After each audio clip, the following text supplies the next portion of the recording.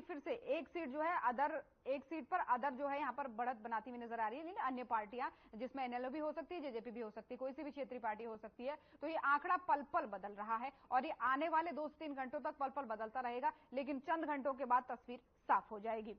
खिलावन जी, मेरी आवाज पहुंच पा रही है? पहुंच रही है।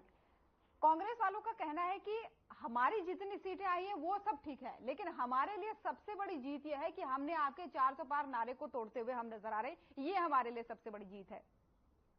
बस इसी में उनको मैंने कहा ना कि इनको संतोष करना पड़ेगा कि मोदी जी जो आप सीट नहीं ला पाए, ऐसा ही इनको संतोष करना पड़ेगा।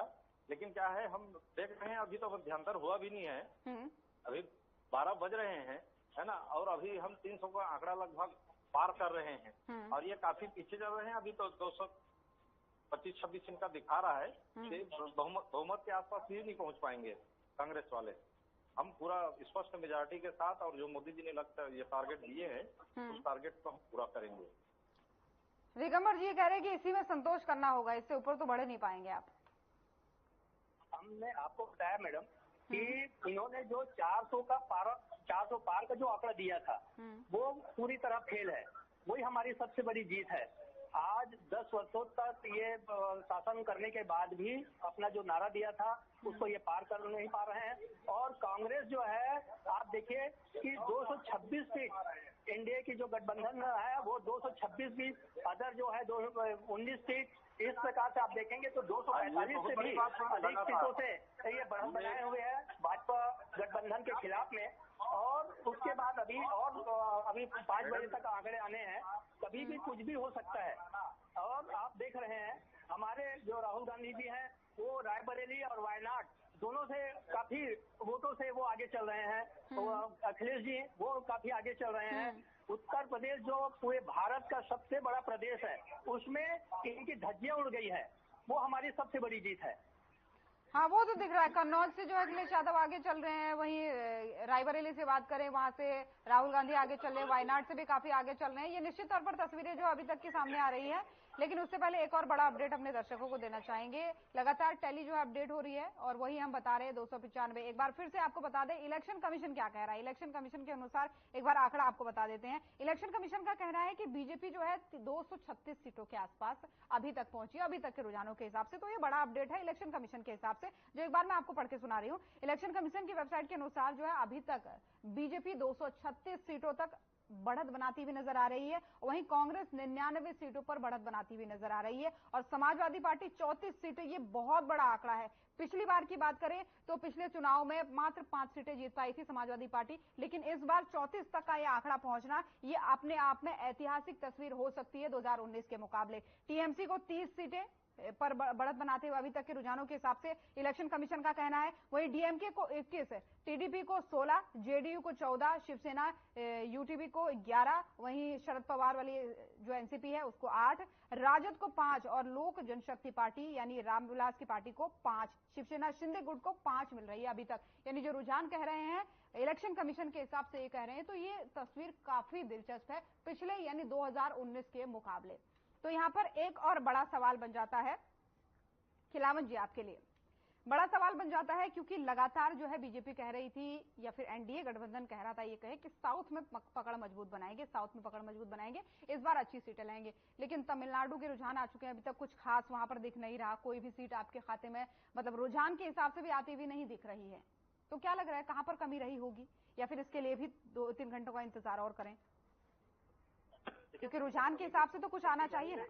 लेकिन आप देख सकते हैं कि देश में ये पहला अवसर है, पहला मौका है जब लगातार तीसरी बार गए कोई कांग्रेसी प्रधानमंत्री बन रहा है। ये बड़ी बात है। नहीं तो क्या है, एंटी इनकम्बेंसी हो जाता है ना, अच्छी अच्छी सरकारें गिर जाती हैं, चाहे स्टेट की हो या सेंट्रल की हो। लेकिन ये पहला अवसर है कि तीसरी बार जो है मोदी जी जो है देश के प्रधानमंत्री बन रहे हैं और स्पष्ट मेजॉरिटी के साथ बन रहे हैं। अभी आप हमारा आंकड़ा देखिए, लगभग 300 के आंकड़ा में हम पहुंच गए हैं। और ये जो है इनका दुर्भाग्य देखिए कांग्रेस का, ये जो ढिंढोरा पीटती है आजादी का कि हम देश को आजाद कराएं करके, और 10 साल सत्ता से बाहर रहने के बावजूद जो है अभी 100 का आंकड़ा भी नहीं कर पा रही है। लेकिन पिछली बार से डबल है, इस बात को तो स्वीकार करना पड़ेगा। पिछली बार से बिल्कुल डबल एक तरीके से माने, इस बात को भी स्वीकार करना पड़ेगा। चलिए दिगंबर जी इनकी बात का जवाब दीजिए एक बार। जी जी जी।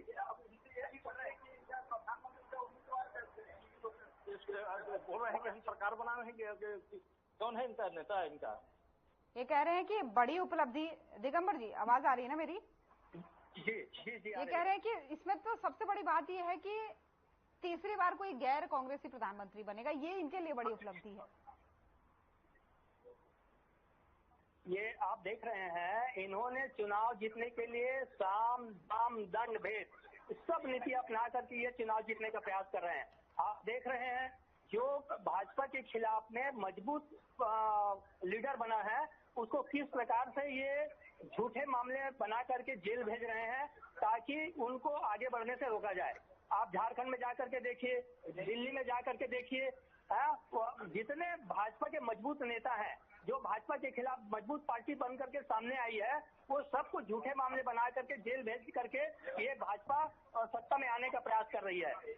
इनके पास कोई मुद्दा नहीं है और मुद्दा नहीं होने के कारण जिनका जनाधार बढ़ रहा है और इस प्रकार से वो झूठे मामले बना करके जेल भेज करके वो सत्ता में आना चाहती है। इनके पास कोई मुद्दे नहीं है। आप इनका चुनाव घोषणा पत्र देखिए, देश को आगे बढ़ाने के लिए, बेरोजगारी दूर करने के लिए, ऐसा कुछ भी इनका मुद्दा नहीं है। तो सिर्फ क्या है, जो आगे बढ़ रहे हैं उनको उनके खिलाफ झूठा मामला बना रहे हैं, झूठा मामला बना करके जेल भेज रहे हैं और जेल भेज करके सत्ता में आना चाह रहे हैं। ये मुद्दा विहीन पार्टी है। ये सब पता चलता, लेकिन इनको देना है नहीं। देखिए, मुद्दा विहीन कौन है, मुद्दा विहीन कौन नहीं है, इसका जो है खुलासा या कहें तस्वीर साफ कहें चंद घंटों में हो जाएगी। क्योंकि जनता के पाले में जब गेंद थी, उसने किसके पाले में फेंकी, उसने किसको सौंपी सत्ता की चाबी, चंद घंटों का इंतजार। लेकिन ये जो पल पल का अपडेट आ रहा है ना, ये वाकई में बहुत इंटरेस्टिंग है और ऐतिहासिक भी इसको कह सकते हैं। क्योंकि वो पार्टियां जो पिछली बार अभी से आधे की सीट पर बता रही थी, अभी उनके रुझान काफी अच्छे सामने आ रहे हैं। तो ऐसे में ये तस्वीरें जो है काफी दिलचस्प है। हमें जो है यहाँ पर थोड़ा सा वेट और करना होगा, जैसे कि मैं लगातार कह रही हूँ। लेकिन उससे पहले एक बार फिर से अपडेट दर्शकों को दे दें। अमित शाह जो है 2.5 लाख वोटों से आगे चल रहे हैं, बड़ी खबर सामने आ रही है, बड़ा अपडेट सामने आ रहा है। वहीं प्रधानमंत्री नरेंद्र मोदी भी जो है वाराणसी सीट से काफी आगे निकल गए हैं, यानी अच्छे मार्जिन से वो यहाँ पर बढ़त बनाते हुए नजर आ रहे हैं। वहीं कन्नौज से जो है अखिलेश यादव अच्छी बढ़त बनाते हुए नजर आ रहे हैं, वायनाड से राहुल गांधी अच्छी बढ़त बनाते हुए नजर आ रहे हैं और राहुल गांधी जो है रायबरेली से भी अच्छी बढ़त बनाते हुए नजर आ रहे हैं। तो हर एक सीट का अपडेट आपको दे रहे हैं, क्योंकि बहुत जरूरी हो जाता है जब तक पूरा रिजल्ट आए तब तक रुझान क्या कहते हैं, कौन आगे है कौन पीछे, ये जानना बहुत दिलचस्प हो जाता है और बहुत जरूरी भी हो जाता है। खैर चलिए ठीक है, आगे बढ़ेंगे चर्चा में। और तस्वीर एक बार फिर से टैली पर नजर डाल लेते हैं। 298, देखिए फिर टैली अपडेट हो गई। 298 सीटें ऐसी है जिन पर अभी तक के रुझानों के हिसाब से एनडीए गठबंधन यहां पर बढ़त बनाता हुआ नजर आ रहा है। तो वहीं इंडिया गठबंधन की बात करें तो 228 सीटों के आसपास वो यहां पर बढ़त बनाता हुआ नजर आ रहा है और अदर यानी अन्य पार्टियां 19 से 20 सीटों में ही अभी तक सिमटी हुई है, यानी 19 से 20 सीटों पर ही 20 सीटों पर ही अभी तक बढ़त बनाती हुई नजर आ रही है। तो ये तस्वीर मुझे लगता है पिछले 1 से 1.5 घंटे से ज्यादा समय हो गया जो ये तस्वीर जो है वो सिमिलर चल रही है। 1-2 सीट ऊपर नीचे होता है लेकिन तस्वीर वही चल रही है। तो ये एक बड़ा इशारा भी करती है, लेकिन फिर भी क्योंकि समय बहुत बलवान होता है और ऐसे में कुछ चंद घंटों का इंतजार हमें और करना होगा, जिसके लिए हमें थोड़ा सा वेट करना होगा। खिलावन जी, मैं सवाल पूछ रही थी साउथ को लेकर के आपसे कि साउथ में क्या अभी दिख कुछ नहीं रहा है, साउथ में आपको उम्मीद है कुछ कि ये चंद घंटे साउथ में कुछ कमाल कर सकते हैं? वैसे सभी में उम्मीद है और देख रहे हैं आप स्क्रीन पर जो है लगभग 300 का आंकड़ा हम छू रहे हैं, है ना। इससे बड़ी बात और नहीं हो सकती। ठीक है, मोदी जी 400 का आंकड़ा दिए हैं और अभी तो मध्यांतर का समय हुआ नहीं है, हम निश्चित रूप से 400 का भी आंकड़ा छुएंगे। मैंने कहा कि ये पहला अवसर है देश के इतिहास में कि लगातार तीसरी बार गैर कांग्रेसी सरकार बन रही है और जो सबका साथ सबका विश्वास और सबका प्रयास, इन विषयों को लेकर के हमारी केंद्र की नरेंद्र मोदी सरकार तीसरी बार सरकार बनाने जा रही है। और छत्तीसगढ़ में मैं बोल रहा था कि जहां चौबे जी बैठे हैं, महाराज जी बैठे हैं, उनसे पूछिए उनके प्रत्याशी कितने वोटों से पीछे चल रहे हैं, क्या स्थिति है उनकी। हम छत्तीसगढ़ में 11 की 11 सीटें जीतेंगे मैम। एक सीट जरूर जो है पूर्वा दिख रही है स्क्रीन पर, जो है दिख रही थी, अभी नहीं दिख रहा है, लेकिन हम 11 की 11 सीट पूछिए इनसे। बताएंगे जरूर। खैर वो तो हम भी लगातार नजर बनाए हुए कहां पर क्या हो रहा है, कौन सी सीट से कौन आगे चल रहा है, कौन पीछे चल रहा है, इस आंकड़े पर पहले पूछा, उसका जवाब भी नहीं आया। मैं इनका पीएम का चेहरा किसको बनाने जा रहे हैं इन लोग? उम्मीद जब लगा के बैठे हैं तो पूछिए इनसे। अच्छा एक बार चलिए बता ही दीजिए। वैसे तो उन्होंने कहा है, उन्होंने कहा कि 24 घंटे में हम तस्वीर साफ कर देंगे। अगर ऐसा होता है, अगर हमारी सरकार होता है क्या, उन्होंने वैसे तो दावा किया है कि 295 सीटें हम जीतने जा रहे हैं, इसके आसपास हमारा आंकड़ा होगा। और ये भी कहा गया है कि 24 घंटे में हम तस्वीर साफ कर देंगे। एक इशारा अगर आप दिगंबर जी कर दे तो उनको सवाल का जवाब मिल जाएगा।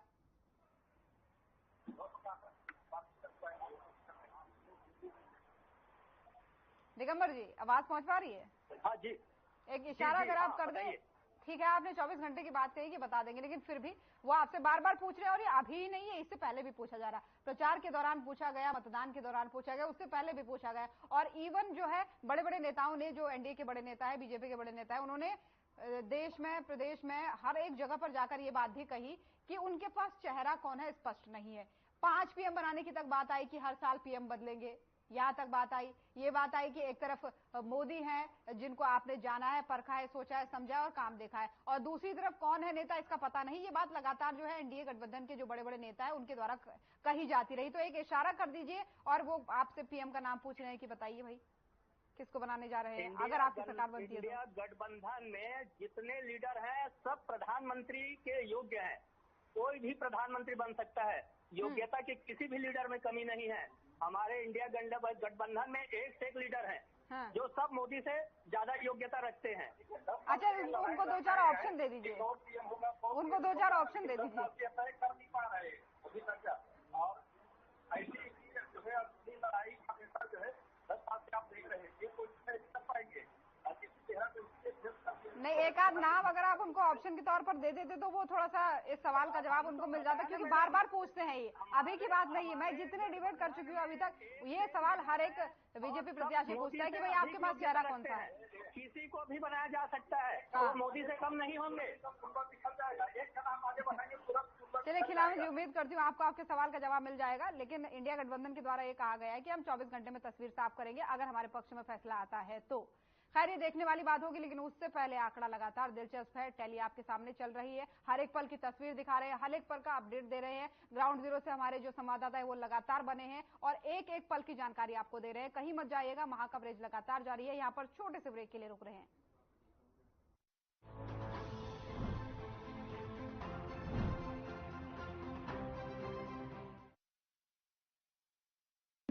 Hey mom! Hey, look! I can download a song really fast. I can make dosas faster. Must be joking. Bus, 3 easy steps. Mix with water, spread batter, fry. गाना डाउनलोड हुआ? नहीं, पर तब तक मैं इडली बनाती हूँ। हमने बनाया किड्स से। Hey mom! Hey, look! I can download a song really fast. I can make dosas faster. Must be joking. Bus, 3 easy steps. Mix with water, spread batter, fry. गाना डाउनलोड हुआ? नहीं, पर तब तक मैं इडली बनाती हूँ। हमने बनाया किड्स से। नमस्कार दोस्तों, इस दिवाली पर जहां पूरा देश खुशियां मना रहा था, वहीं उत्तरकाशी की सिलक्यारा टनल अचानक धंस जाने से 41 मजदूर उसमें फंस गए। पूरे देश में मानो सन्नाटा पसर गया। हम सभी लोग सुरंग में फंसे 41 मजदूरों की सलामती के लिए प्रार्थना कर रहे थे। आखिर सरकार की मेहनत और लोगों की दुआएं काम आई और 28 नवंबर की रात को सभी मजदूरों को 17 दिन बाद बाहर निकाल लिया गया। खुद प्रधानमंत्री नरेंद्र मोदी हादसे की पल पल की अपडेट ले रहे थे और उत्तराखंड के सीएम पुष्कर सिंह धामी लगातार घटनास्थल पर मौजूद रहकर मजदूरों का हौसला बढ़ा रहे थे। दोस्तों, ये उन मजदूरों के आत्मविश्वास और ईश्वर में आस्था का ही नतीजा है जो सभी मजदूर सकुशल मौत के मुंह से बाहर निकल आए। अगर हमारी सोच सकारात्मक है, हौसले बुलंद हैं और भगवान में हमारी पूरी आस्था है, तो कितना ही बड़ा मुसीबतों का पहाड़ क्यों न आपके सामने खड़ा हो, आप उसे आसानी से पार कर जाएंगे। इस घटना से मुझे अमेरिका के एक मशहूर एथलीट और अमेरिकन एयरफोर्स के कैप्टन लुइस सिल्वी की कहानी याद आती है। उन्होंने सेकेंड वर्ल्ड वॉर में हिस्सा लिया था। एक मिशन के दौरान प्लेन में तकनीकी खराबी के कारण उनका जहाज समुद्र में क्रैश हो गया। लाइफ सेविंग बोट के सहारे वो और उनके 2 साथी 47 दिन तक जिंदगी और मौत से जूझते रहे। आखिरकार उन्हें समुद्र का किनारा दिखा, लेकिन वहां जापानी फौज ने उन्हें कैद कर लिया, यानी आसमान से गिरे और खजूर में अटक गए। लुइस को जापान में कुल 4 अलग अलग युद्ध शिविरों में रखा गया, जहां उन्हें जापानी सैनिकों ने अमानवीय और असहनीय तरीकों से प्रताड़ित किया, उन्हें सजा दी। लेकिन लुइस को यह विश्वास था कि युद्ध एक दिन खत्म होगा और वो घर वापस लौट आएंगे। अपने इसी आत्मविश्वास के बलबूते पर उन्होंने करीब 2.5 साल तक जापानी फौज की यातनाएं सही। सन 1945 में जब दूसरा विश्व युद्ध खत्म हो गया, तब उन्हें रिहा किया गया। अमेरिका में उनका भव्य स्वागत हुआ। लोग आज भी उनके आत्मविश्वास और सहन शक्ति की मिसालें देते हैं। सिलक्यारा सुरंग में जिस तरह से हमारे मजदूरों ने एकता और आत्मविश्वास के सहारे मौत को मात दी, वो वाकई काबिले तारीफ है। किसी ने ठीक ही कहा है, मैं क्यों डरूं कि जिंदगी में क्या होगा, मैं क्यों सोचूं कि अच्छा बुरा क्या होगा, आगे बढ़ता रहूंगा अपनी मंजिल की ओर, मिल गई तो ठीक है, वरना तजुर्बा तो होगा ही। नमस्कार। Hey mom, hey.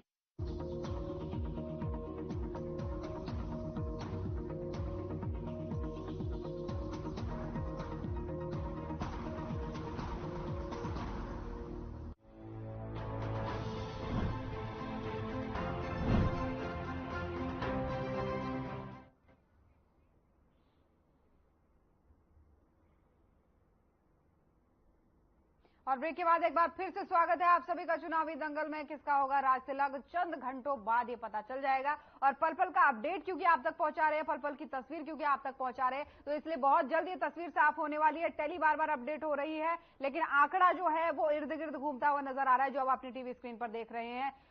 और उससे पहले आगे बढ़े, लेकिन बड़ी खबर सामने आ रही है। करनाल से मनोहर लाल को बड़ी बढ़त मिलती हुई नजर आ रही है। मनोहर लाल 1 लाख वोटों से आगे यहां पर नजर आ रहे हैं। गुरुग्राम से राज बब्बर आगे चल रहे हैं, तो ये बड़ा अपडेट है। कुरुक्षेत्र से सुशील गुप्ता आगे चल रहे हैं और सिरसा से कुमारी सैलजा आगे चल रही है। यानी कि अभी तक के रुझानों के हिसाब से कांग्रेस को काफी बड़ी बढ़त मिलती हुई यहां पर नजर आ रही है। रोहतक से दीपेंद्र हुड्डा जो शुरुआत से ही, यानी जब से काउंटिंग शुरू हुई है तब से लगातार वो आगे बढ़ते हुए नजर आ रहे हैं। और ऐसे में जो है ये काफी दिलचस्प और अहम जो एक तरीके से तस्वीर हो जाती है। सिरसा से कुमारी शैलजा जो है यहाँ पर बढ़त बनाती हुई नजर आ रही है। तो ये एक बड़ी उपलब्धि, अगर ये नतीजों में तब्दील होता है तो कांग्रेस के लिए काफी बड़ी उपलब्धि ये हो सकती है। तो ये बड़ा अपडेट, बड़ी जानकारी और काफी अहम तस्वीरें ये हैं। सुशील गुप्ता कुरुक्षेत्र से, क्योंकि काफी त्रिकोणीय मुकाबला एक तरीके से कहा जा रहा था कुरुक्षेत्र से, तो ऐसे में सुशील गुप्ता का, यानी आम आदमी पार्टी के उम्मीदवार है जो इंडिया गठबंधन का हिस्सा है, तो ऐसे में इनका आगे बढ़ना यहां से बहुत कुछ बताता है, तस्वीरों को एक तरीके से मोड़ने का काम करता है। तो रोहतक सीट से दीपेंद्र हुड्डा जो है लगातार आगे बने हुए हैं। ऐसे में इस बीच उन्होंने क्या कुछ कहा है, एक बार सुनिए। जो हमने कहा था, जिसकी हमें आशा थी, उसी के अनुसार रुझान आ रहे हैं पूरे हरियाणा, पूरे देश में। मैं रोहतक लोकसभा क्षेत्र वासियों का, हरियाणा वासियों का बेहद धन्यवाद करता हूं। इतना जो आशीर्वाद जो उन्होंने दिया है वो शुरुआती रुझानों में दिखाई दे रहा है। अभी गिनती चल रही है, इससे आगे मैं कोई भी प्रतिक्रिया नहीं दूंगा, लेकिन मैं समझता हूं कि आज जिस प्रकार के रुझान है उसको सभी हरियाणा प्रदेश वासियों का, रोहतक वासियों का मैं बहुत बहुत दिल से धन्यवाद करता हूं।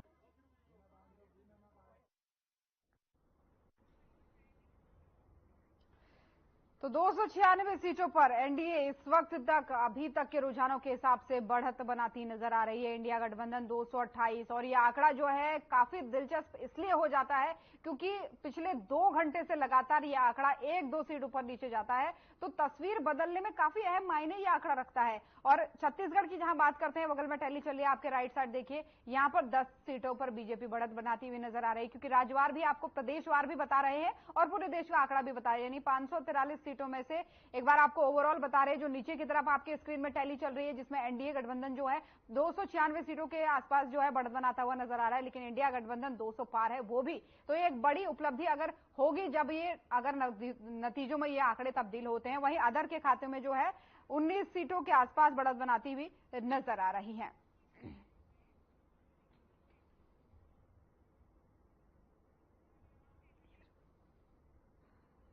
तो ऐसे में जो है मेहमान हमारे साथ बन चुके हैं, एक बार फिर से उनका परिचय जो है आपसे करवा दूं। कमल वधावन जी राजनीतिक विश्लेषक के तौर पर जुड़ गए हैं, बहुत स्वागत है आपका। राजवीर रोहिला जी प्रवक्ता बीजेपी हमारे साथ जुड़ चुके हैं, बहुत स्वागत है आपका। सुरेश रोड जी प्रवक्ता कांग्रेस के तौर पर जुड़ चुके हैं, बहुत बहुत स्वागत है एक बार फिर से आपका। वधावन जी, कमल जी, मेरी आवाज आप तक पहुंच पा रही है? जिस इंतजार की हम बात कर रहे थे, उस इंतजार के बढ़ते बढ़ते भी ये तस्वीरें वैसी की वैसी ही दिख रही हैं। यानी एक तरीके से कहें चंद घंटे पहले से कम घंटे, और तस्वीरें जो है वो काफी कुछ बयां आप करने लगी है, क्योंकि लगभग 1 बजे का समय होने वाला है, 12:30 से ऊपर का ये समय हो गया और तस्वीरें काफी कुछ बयां कर रही हैं। और हरियाणा में तो खासकर अगर ये जो रुझान है ये नतीजों में तब्दील होते हैं कुछ घंटों बाद, तो काफी चौंकाने वाले रहने वाले हैं। बिल्कुल, आप एक चीज देखिए कि बहुत सी सीटों पे जो मार्जिन अभी दिख रहा है वो काफी कम है। बहुत सी सीटों पे पूरे, मैं अभी देख रहा था अलग अलग सीटों पे, यूपी में देख लीजिए, हरियाणा की बात कर लीजिए, पंजाब की कर लीजिए, बहुत सी सीटों पे जो मार्जिन है वो काफी कम है। और इसका मतलब यही है कि आमने सामने की जो फाइट है वो ज्यादातर सीटों पे है। और जो रुझानों में हम देख रहे हैं कि 300 के आसपास जिस प्रकार से 296 के आसपास एनडीए है और 228 के आसपास इंडिया गठबंधन है, तो निश्चित तौर पर कहीं ना कहीं जो रिजल्ट आने वाला है इसके आसपास ही रहेगा। 10-20 सीटें ऊपर नीचे रहेंगी, अब ये कहा जा सकता है, क्योंकि पहले भी हम देखते थे। लेकिन अब सवाल ये है कि बहुत सी सीटों पे जो मार्जिन बहुत कम है, उससे ये आंकलन लगता है कि आमने सामने की जो फाइट है उसमें नतीजा ऊपर नीचे बड़ी संख्या में भी हो सकता है, क्योंकि लास्ट राउंडों में बहुत से ऐसे मतदाता रहेंगे जो एक पक्ष के लिए काम करेंगे। हालांकि अभी जो राउंड तीसरा चौथे राउंड तक जो आंकड़े सामने आ रहे हैं उसमें यही था कि मुकाबला है, और मुकाबले में मुझे लगता है कि जिस प्रकार से आमने सामने की फाइट रही है अलायंस की और एनडीए की, तो निश्चित तौर पर एनडीए के साथ साथ इंडियन अलायंस के जो उम्मीदवार थे उन्होंने अपना चुनाव बहुत अच्छे तरीके से लड़ा, क्योंकि बीजेपी का एक जो माहौल बीजेपी ने बनाया हुआ था 400 पार का, उससे यही लगता था कि कहीं ना कहीं बीजेपी बड़ी स्ट्रांग है। लेकिन जो रुझान आ रहे हैं, रुझान में मुझे लगता है कि बीजेपी एक सामान्य तौर पर आगे बढ़ती हुई जरूर दिखाई दे रही है, लेकिन जिस प्रकार से जो प्रयास या क्यास जो लगाए जा रहे थे वो क्यासों से काफी दूर है एनडीए। तो निश्चित तौर पर जो इंडियन अलायंस है उसने बहुत अच्छे तरीके से इलेक्शन में मेहनत करी है। उन्होंने अपने मतदाता तक पहुंचने की कोशिश की, अपने एजेंडे रखने की कोशिश की, और यही कारण है कि आज हम लोग जो आंकड़े देख रहे हैं, आंकड़ों और रुझानों के अंदर जिस प्रकार से आप देखिए 3 बिंदुओं पर बात हम करना चाहते हैं। पहला बिंदु की जो एनडीए 400 पार की बात कहती थी वो 300 से नीचे आंकड़ा है, 300 तक रुझान हमने देखे, लेकिन 300 के नीचे 396 395 के आसपास नजर आ रहे हैं। वहीं अलायंस की बात की जाए तो 225 के आसपास वो लोग हैं। हालांकि मैं मानता हूं कि 100 सीटें के आसपास जो इंडिया अलायंस है वो प्लस कर रही है यहाँ पे, और बहुत अच्छी बात है कि अगर सत्ता किसी की भी आए, अभी थोड़ा टाइम और लगेगा, क्योंकि जिस प्रकार से जो रुझान सामने आ रहे हैं उससे यही लगता है कि कुछ समय और लगेगा। जैसे ही समय आएगा 1-2 घंटे में, तो पिक्चर क्लियर होनी शुरू हो जाएगी, और निश्चित तौर पर एक मजबूत विपक्ष इसमें देखने को मिलेगा, क्योंकि सत्ता बेशक किसी की भी हो,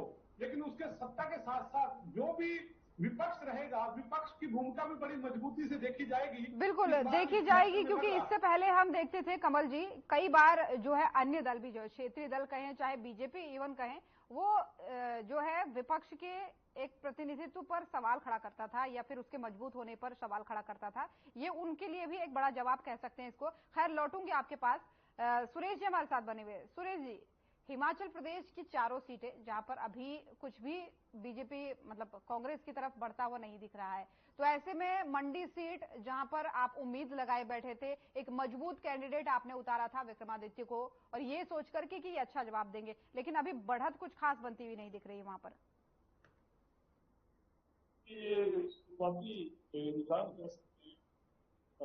मुझे लगता है चैनल पे सुना था, तो वो हार स्वीकार करती नजर आ रही है। तो इस तरह से उनका जो बोलने का स्टाइल था वो इस टाइप का था कि हमने मिल के रहना है, राजनीति में ये करना है, जैसे मोदी जी की तपस्या का उनके असर। ये किसने कहा था सुरेश जी? कंगना भी जो रनावत है, तो मंडी सीट से शायद वही है ना? बिल्कुल वही है मंडी सीट से, लेकिन अभी तो अच्छे खासे 2 लाख वोटों के अंतर से वो आगे बढ़ती हुई नजर आ रही हैं। नहीं चलो ये होगा, लेकिन उनका जो मनोबल है वो सुबह से गिरा हुआ है। बेशक नंबर पे कई बार हो जाता है किसी राउंड में, कहीं पर ऐसी वोट उनकी दल कोई ऐसी हो या कोई दूसरे बीजेपी के नेता का कोई फैमिली सेगमेंट हो जहाँ से उनको बढ़त मिल गई हो। तो अभी तो फाइनल में आएंगे तो आप देखेंगे पूरे इंडिया में ही नरेंद्र मोदी जी के खिलाफ जो है लोगों ने मतदान दिया, ये रुझान स्पष्ट आ रहे हैं। और कांग्रेस ने विश्वास प्रकट किया, तो ये साफ नजर आ रहा है बिल्कुल हर रुझान से, हर एजेंट। और हरियाणा में देखिएगा किस तरीके से हमारी चाहे रोहतक सीट और माननीय सांसद दीपेंद्र हुड्डा जी की भारी लीड लेकर आगे बढ़ रहे हैं। हमारी शैलजा जी और वरुण चौधरी जी अम्बाला से, ये 7-8 सीटों में कांग्रेस 1-2 सीट के ऊपर नीचे हो रहा है, लेकिन 7-8 सीटों में कांग्रेस बढ़त बनाए हुए है। तो ये धीरे धीरे जैसे फाइनल होते जाएंगे, जब आप पाएंगे कि लोगों ने कांग्रेस पार्टी को स्वीकार किया है, कांग्रेस पार्टी की नीतियों में विश्वास प्रकट किया है, और बीजेपी को नरेंद्र मोदी की बड़ पोलेपन, अहंकार बिल्कुल और उसके लिए चंद घंटों का इंतजार यूं कहें, चंद लोगों घंटों ने का इंतजार, जहाँ सालों निकल गए, महीने निकल गए, इतने दिनों का प्रचार निकल गया, 7 चरणों के मतदान निकल गए, अब चंद घंटों का इंतजार है, उसके बाद से तस्वीर बिल्कुल साफ है। रोहिला जी आवाज पहुंच पा रही है? रोहिला जी आवाज पहुंच पा रही है? हाँ ज्योति जी आ रही आवाज। रुझानों के हिसाब से हरियाणा की बात करें तो भले ही थोड़ा सा लग रहा है ऊपर नीचे, लेकिन हिमाचल की बात करें और क्या कहते हैं उत्तराखंड की बात करें तो वहां पर जो था, अब इसकी आंखों की रोशनी वापस आ गई है और इसे दिखने लगा है, इसीलिए इसे ये सब कुछ नया नया सा लग रहा है। दोस्तों, किसी के बारे में कोई धारणा बनाने से पहले उसकी सच्चाई को भली भांति जानना चाहिए। हो सकता है वास्तविकता कुछ और ही हो। कहते हैं ना, जो दिखता है वो होता नहीं, जो होता है वो दिखता नहीं। जनाब, देखकर परखना छोड़ो और लोगों को समझना सीखो। नमस्कार।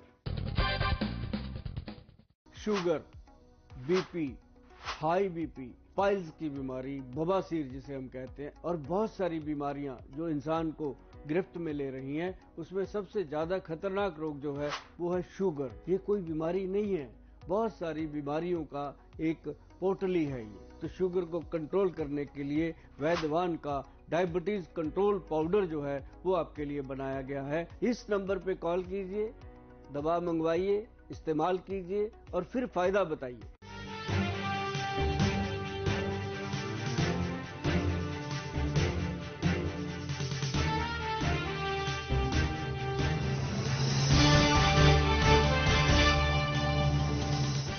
होगा बीजेपी को, उसका फायदा होगा।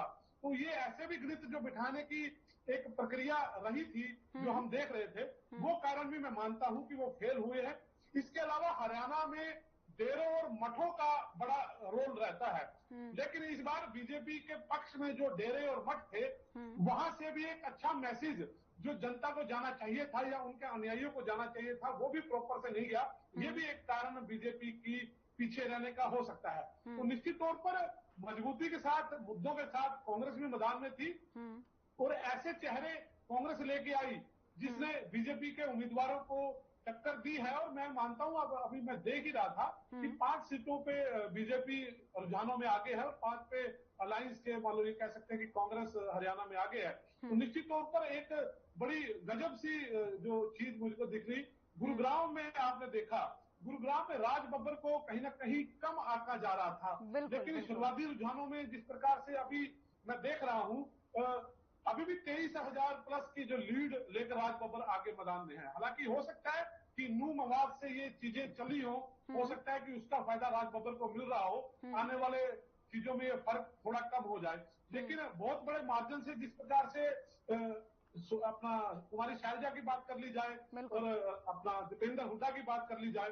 तो एक 1.5 लाख की प्लस मार्जिन से ये लोग आगे हैं। तो निश्चित तौर पर ये जीत की ओर आगे बढ़ रहे हैं। और इसके अलावा भी जो कम मार्जिन की सीटें हैं, जैसे 10-10 हजार सोनीपत की है, और सबसे बड़ा नवीन जिंदल का देखिए 5,000 के आसपास नवीन जिंदल लीड बनाए हुए हैं।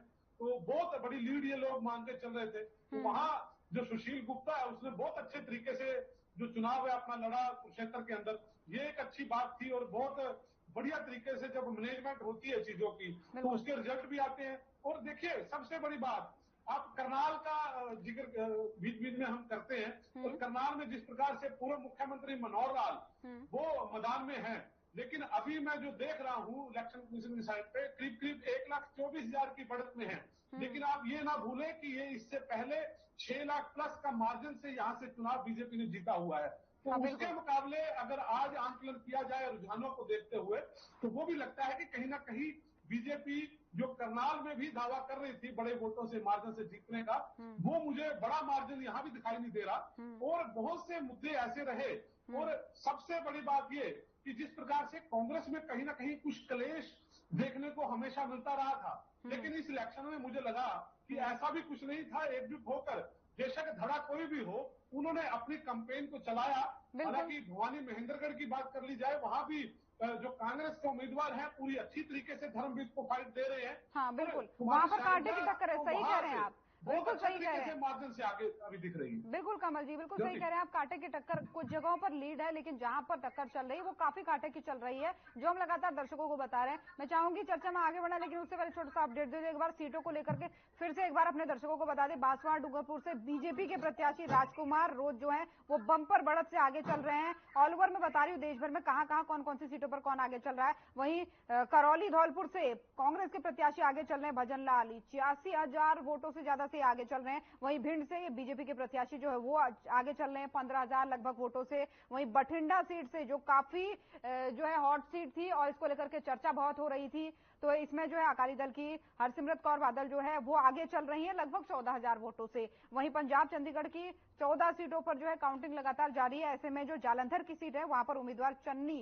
चरणजीत सिंह चन्नी जो है उनकी जीत लगभग तय मानी जा रही है, क्योंकि काफी कड़ी टक्कर के बावजूद अच्छी खासी बढ़त बनाते हुए वो नजर आ रहे हैं। तो ये लगातार अपडेट जो है वो दर्शकों को तक हम इसलिए भी पहुंचा रहे हैं क्योंकि चंद घंटे और अभी बाकी है तस्वीर साफ होने में। ऐसे में टेली आपके सामने लगातार अपडेट हो रही है। 295 सीटें अभी तक के अपडेट के हिसाब से, अभी तक के रुझान के हिसाब से जो एनडीए के खाते में जाती हुई नजर आ रही है। वहीं इंडिया गठबंधन की बात करें तो 230 सीटें ऐसी है जहां पर अभी तक के रुझानों के हिसाब से कहें तो इंडिया गठबंधन बढ़त बनाती हुई नजर आ रही है। वहीं अन्य 18 सीटों पर, तो ये बड़ी अहम जानकारी हो जाती है, बड़ा अपडेट हो जाता है, बड़ी तस्वीर हो जाती है। तो चलिए आगे बढ़ते हैं। रोहिला जी एक छोटा सा कमेंट आपसे लेना चाहेंगे, जैसा कि कमल जी बता रहे थे, उसके बाद से सुरेश जी आपके पास आऊंगी। कमल जी बता रहे थे कि अगर ये जो रुझान अभी चल रहा है या जो तस्वीरें अभी आ रही हैं वो अगर नतीजों में तब्दील होता है तो इसके दो मुख्य बड़े कारण हो सकते हैं, एक तो सीएम फेस को बदलना, दूसरा किसानों की नाराजगी। तो क्या कहेंगे इस पर, छोटा सा जवाब चाहूंगी, इस बार सुरेश जी आपके पास आऊंगी। नहीं, किसानों की नाराजगी वाली कोई बात नहीं है, वो कोई थोड़ा बहुत इक्कड़ दुक्कड़ जैसे वो बात की बाद में अभी हमारे कैंडिडेट का भी विरोध किया उन लोगों ने, वो लंबी छोटी बात ना मैं उसको मानता, क्योंकि भारतीय जनता पार्टी ने किसानों के लिए जो किया है वो कम नहीं है। 14 रुपये एमएसपी में देना, उनकी बातें वो हमने लगातार चर्चा की चीजों की। रही बात सीएम फेस की, तो ये तो नेतृत्व की मर्जी है किसको सीएम बनाना है किसको नहीं बनाना है, तो वो तो नेतृत्व में मंथन करना है उस चीज पे, ठीक है ना। तो मैं नहीं मानता कि किसान आंदोलन का कोई हमारे यहाँ प्रभाव था, ठीक है ना। आज भी ये लगा लो कि बहुत सी सीटों में कहीं 10,000 का मार्जिन है, कहीं 5,000 का है, तो कोई और जो हमारे मान लीजिए राव इंद्रजीत जी हैं, कृष्णपाल गुर्जर जी हैं, रणबीर जी है, या मुख्यमंत्री पूर्व मुख्यमंत्री मनोहर लाल जी है, तो अच्छे मार्जिन से लीड बढ़ाए हुए हैं ये लोग, ठीक है ना। तो ये अगर कोई नाराजगी होती तो इनके क्षेत्र में भी नाराजगी मिलती, ठीक है ना। तो ये नाराजगी वाली कोई बात नहीं है, बस ये तो कि मैंडेट है जो जनता दे रही है वो शर्माते है, ठीक है ना। चलिए ठीक है, आपकी बात मैं समझ गई। सुरेश जी कितना आपकी बात को समझे वो बताएंगे। और सुरेश जी, अगर ये आंकड़े जो हैं ये नतीजों में तब्दील होते हैं अभी तक के रुझान के हिसाब से, एक बात मैं कह रही हूँ, तो इसके हिसाब से आपको क्या लगता है कौन से 2 या 3 मुख्य मुद्दे हैं जो जनता को समझ आ गए आपके? 2 या 3 की बस बात करें। तो मैं वही कहूँ कि जो राष्ट्र की अवमानना हुई है, चाहे वो लोकतंत्र के हनन के कारण हुई हो या संविधान की धज्जियां उड़ाकर हुई हो, या नागरिकों के मौलिक अधिकार जो है वो इन्होंने एक तरह से उनका हनन किया। पहलवान बेटियों के साथ जो हुआ, किसानों के साथ जो हुआ, बेरोजगारी गाँव के ऊपर जो लाठीचार्ज हुआ, और यही नहीं, संसद में जो बिल पास किए इन्होंने माननीय सांसदों को बाहर निकाल दिया। तो फिर तो संसद की कोई और लोकतंत्र की कोई महत्ता बची नहीं।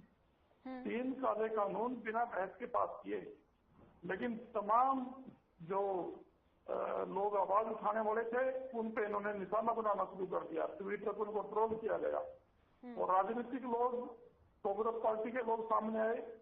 उनसे अलग अगर कोई सिविल सोसाइटी के लोग सामने आए, कोई रिटायर्ड जज है, कोई रिटायर्ड प्रोफेसर है, उनको भी इन्होंने ट्रोल किया। तो इस तरह से घोषित इमरजेंसी थी देश में और उससे छुटकारा पाने के लिए देश की जनता जागी। उन्होंने लगा कि ये बिल्कुल लोकतंत्र खतरे में है। तो मैं स्पष्ट, इसमें कोई रीजनल मुद्दों के ऊपर ये चुनाव नहीं हुआ। मैं बिल्कुल स्पष्ट करता हूँ कांग्रेस पार्टी की तरफ से 2 तरीके के मतदाता देखे गए इस चुनाव में। एक वो जो नरेंद्र मोदी को हराना चाहते थे वोट की चोट से, क्योंकि उनको लगता था कि नरेंद्र मोदी जी और भारतीय जनता पार्टी की सरकार के हाथों में देश के हित सुरक्षित नहीं है। कोई भी देश 2 तरीके से संपन्न या विकसित माना जाता है, तो वो है एक उसकी आर्थिक दशा और दूसरा है उसकी फौज या आर्मी।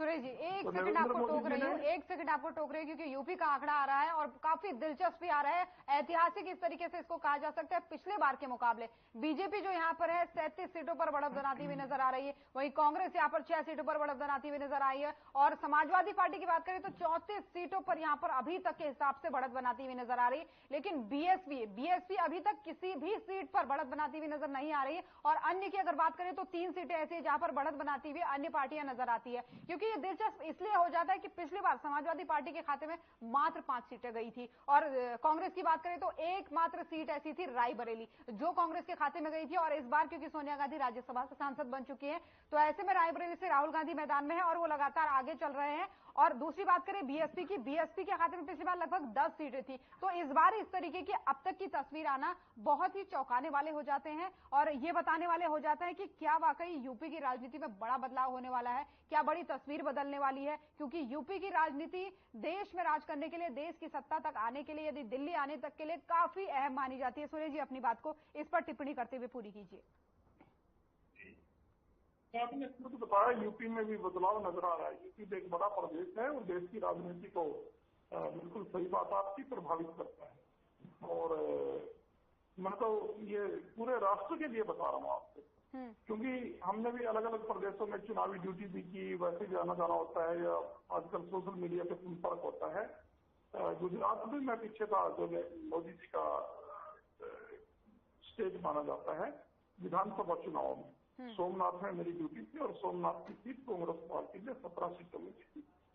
तो मैंने वहाँ लोगों से जो संपर्क हुआ था वो सब लोग ये समझ चुके हैं कि नरेंद्र मोदी जी का जनता के काम से कोई सरोकार नहीं है। ये इवेंट मैनेजमेंट की पार्टी है और इवेंट मैनेजमेंट की ही सरकार है। ये तो विदेश जाते हैं 150 पहले से भेज देते हैं यहाँ से बीजेपी के वर्करों को, संघ के वर्करों को 35-35 हजार रुपये उनको दिहाड़ी मिलती है और वो जाके वहाँ मोदी मोदी मोदी मोदी करते हैं। ये देश का इन्होंने बंटाधार कर दिया और ये कहते हैं मोदी जी का डंका बज रहा है। मोदी जी का तो ढोल तो बजा रहे हो, लेकिन देश का तो तुमने वहाँ पर नाक कटवा दी हिंदुस्तान। कहाँ डॉक्टर मनमोहन सिंह जैसे लोग थे, ऐसे प्राइम मिनिस्टर जाते थे। एक ये जाते हैं कि देश की जनता किसको चुनती है, चंद घंटों का इंतजार इसके लिए जरूर है। रोकूंगी आपको यहाँ पर क्योंकि ठीक है सुरेश जी, समझ रही हूँ आपकी बात को, लेकिन यहाँ पर समय की थोड़ा सा पाबंदी है, इसलिए कमल जी एक छोटी सी टिप्पणी आपसे चाहूंगी क्योंकि समय अब थोड़ा सा कम बचा है।